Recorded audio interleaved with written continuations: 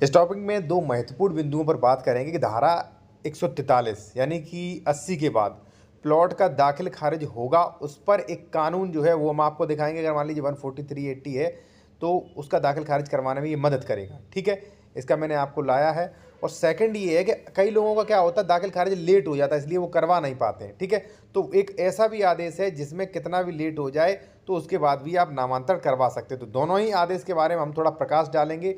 ठीक है, एक चीज़ और कहना चाहूँगा, अगर आप किसी मैटर में बेहतर लीगल एडवाइस लेना चाहते हैं, आप उत्तर प्रदेश में प्रॉपर्टी खरीद रहे हैं और डॉक्यूमेंट्स वेरिफिकेशन करवाना कि ज़मीन विवादित तो नहीं है, डबल रजिस्ट्री तो नहीं है, सरकारी तो नहीं है, अंश से अधिक विक्रय तो नहीं है, तो वो चीज़ें भी आप चेक करवा सकते हैं। ठीक है, कॉन्टैक्ट नंबर वीडियो डिस्क्रिप्शन में मिल जाएगा।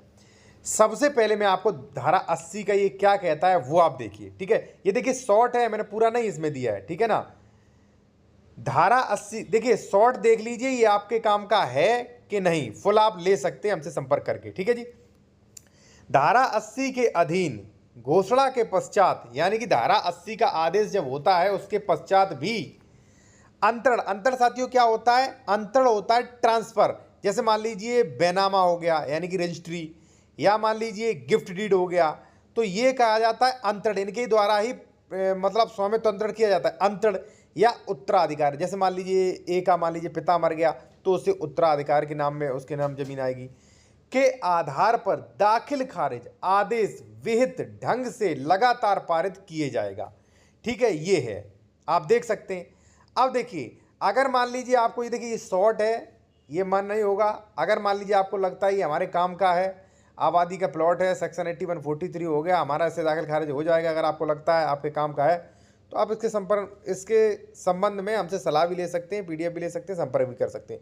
ठीक है, व्हाट्सएप पे मैसेज करके आप अपॉइंटमेंट ले सकते हैं।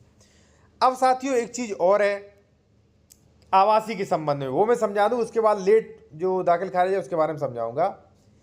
कि भाई कई लोगों ने मुझसे संपर्क किया था, सैकड़ों कॉल्स मेरे पास आती थी कि सर कोई ऐसा रिसर्च करके कोई ऐसा आदेश लाइए जिससे जो है हमारा सेक्शन 80 के बाद दाखिल खारिज हो जाए, क्योंकि खतौनी में उसी का नाम आ रहा है जिसके नाम ज़मीन है, कल से उसके बच्चे हमारे बच्चे को परेशान करेंगे।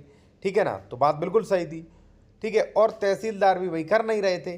ठीक है ना, तो उसी के लिए मैं जो है एक कानून, भाई काफ़ी रिसर्च करके मुझे कानून मिला है, अगर आपसे इसका काम हो सकता है तो आप देख लें।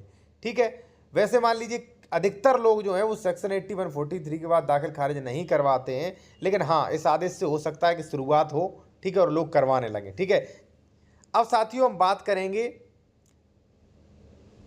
पॉइंट नंबर 2 के बारे में कि लेट वर्षों से पेंडिंग पड़ा दाखिल खारिज आप कैसे करवा सकते हो, उस पर आदेश।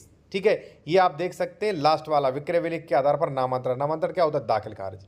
ठीक है, इससे पहले एक चीज और, अगर आप साथियों बेहतर वीडियो चाहते हैं प्रीमियम, और आप चाहते हैं कि हमारे कमेंट्स का रिप्लाई दिया जाए, तो आप इस चैनल को ज्वाइन कर सकते हैं।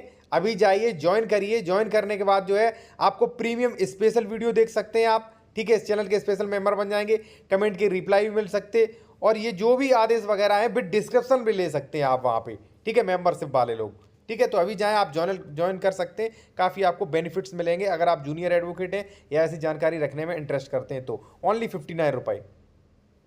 अब देखिए यहाँ पे क्या है, विक्रय विलेख के आधार पर नामांतरण, प्रार्थना पत्र देने की परिसीमा यानी कि लिमिट। प्रश्न ये है कि क्या नामांतरण प्रार्थना पत्र प्रस्तुत करने के लिए कोई परिसीमा अविध विहित की गई है, यानी कोई परिसीमा यानी कि लिमिट लगाई गई है। तो यहाँ पे देखिए क्या कहा गया है, यह धारित किया गया कि नामांतरण प्रार्थना पत्र यानी कि दाखिल खारिज प्रार्थना पत्र प्रस्तुत करने के लिए कोई परिसीमा विहित नहीं की गई है।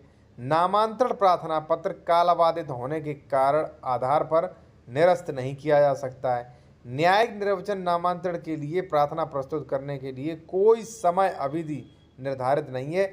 नामांतरण हेतु यानी कि दाखिल खारिज हेतु प्रार्थना पत्र कभी भी दिया जा सकता है। नामांतरण एक सरसरी कार्रवाई है जिसमें स्वामित्व का प्रकरण निहित नहीं होता है। अब देखिए साथियों, मैं आपको चीज़ बता दूं, अगर आपको ये आदेश चाहिए है, ठीक है, ये आदेश क्या भाई पूरा डिस्क्रिप्शन मिल सकता है इसका, कमेंट्री का डिस्क्रिप्शन। ठीक है ना, अगर आपको पूरा डिस्क्रिप्शन आदेश से इसका ये चाहिए पीडीएफ के रूप में तो हमारा कॉन्टैक्ट नंबर वीडियो के डिस्क्रिप्शन में आपको मिल जाएगा। ठीक है, बाकी मान लीजिए आपका मान लीजिए सेक्शन 80 है या ये लेट दाखिल खारिज से संबंधित मामला है, तो इससे सॉर्ट आउट कर सकते हैं। अगर मान लीजिए आप कोई भी इस संबंध में बेहतर कानूनी सलाह लेना चाहते हैं तो कॉन्टैक्ट नंबर वीडियो के डिस्क्रिप्शन में मिल जाएगा साथियों। धन्यवाद।